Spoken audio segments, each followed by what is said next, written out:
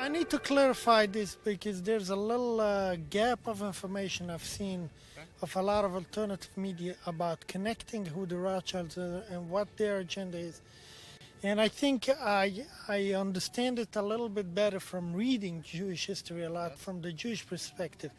The Rothschilds in the 1800s, they were very philanthropist and very supportive of Jewish causes, of Jewish education, and they were spending a lot of money at the time, and they were coming to the poor Jewish communities in Jerusalem and Israel and kind of influencing them by nice donations and everything.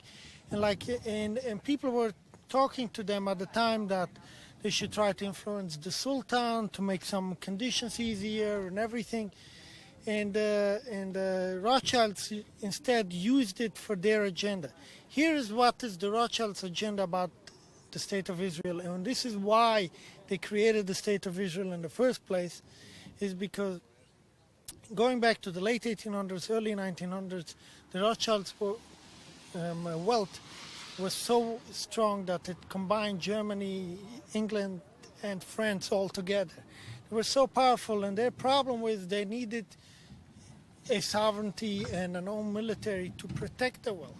So what they did is they came up with the idea of creating a Jewish state, so it would be a Jewish cause, and with the public figure of people having sympathy of a Jewish cause and people feeling for a Jewish cause, they have unlimited supply for personnel joining military, and this is how the Zionist idea came to empower through the Rothschilds influencing, because their goal was to protect their own wealth, and that's why you'll see Israel is involved in many conflicts of other countries who are not paying back their debt, is because that's the main purpose, is as a military power to protect that particular interest of the Rothschilds entity.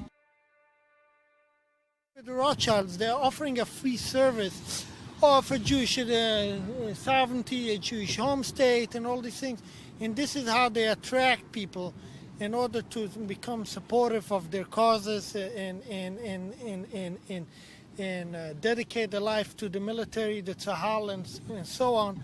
So in the ultimate purpose of it is to protect the sovereignty, the wealth of the Rothschilds. The Knesset, which is the Congress, the parliamentary building in Israel, was bought by the Rothschilds, paid for it, and it's owned by them. It's like, so you get the same idea. If anyone does the research, it's never been denied that the Rothschilds were the one who received the State of Israel from the British royalty to build their own sovereign nation. And if you do your own research and do just the puzzle of it, you'll understand it. Because and the important part is maybe worth mentioning why the Rothschilds were so desperate for a sovereign nation. Because imagine if they were richer than Britain and France and Germany combined while living in Britain and Germany.